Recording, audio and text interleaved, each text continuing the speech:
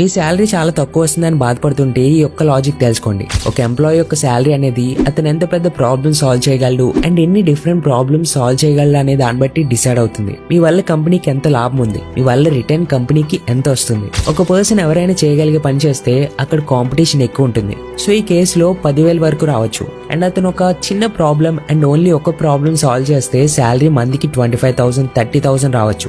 ఇలా తను సాల్వ్ చేసే ప్రాబ్లం, తీసుకునే రెస్పాన్సిబిలిటీ, అతని స్కిల్ అండ్ కాంపిటీషన్ బేస్ అయ్యి వాళ్ళ salary 60,000 1 lakh 2 lakhs 5 lakhs or 10 lakhs అన్నది ఎంప్లాయర్ డిసైడ్ చేస్తారు. అసలు ఏ ప్రాబ్లం సాల్వ్ చేయాలరా బాయ్ అని కన్ఫ్యూజ్ అవుతుంటే మీకు ఒక ఎగ్జాంపుల్ ఇస్తా. మేము కొన్ని బిజినెసెస్ కి డిజిటల్ మార్కెటింగ్ చేస్తూ ఉంటాం. సో మేము మార్కెటింగ్ చేసి 3 months లో 1.5 crores రెవెన్యూ జనరేట్ చేసాం. అంటే ఇక్కడ ఒక బిజినెస్ కి సేల్స్ అవ్వకపోవడం చాలా పెద్ద ప్రాబ్లం. అండ్ అలాంటి ప్రాబ్లమ్ ని సాల్వ్ చేస్తే మనకు వచ్చే రిటర్న్ కూడా అంతే పెద్దది ఉంటుంది.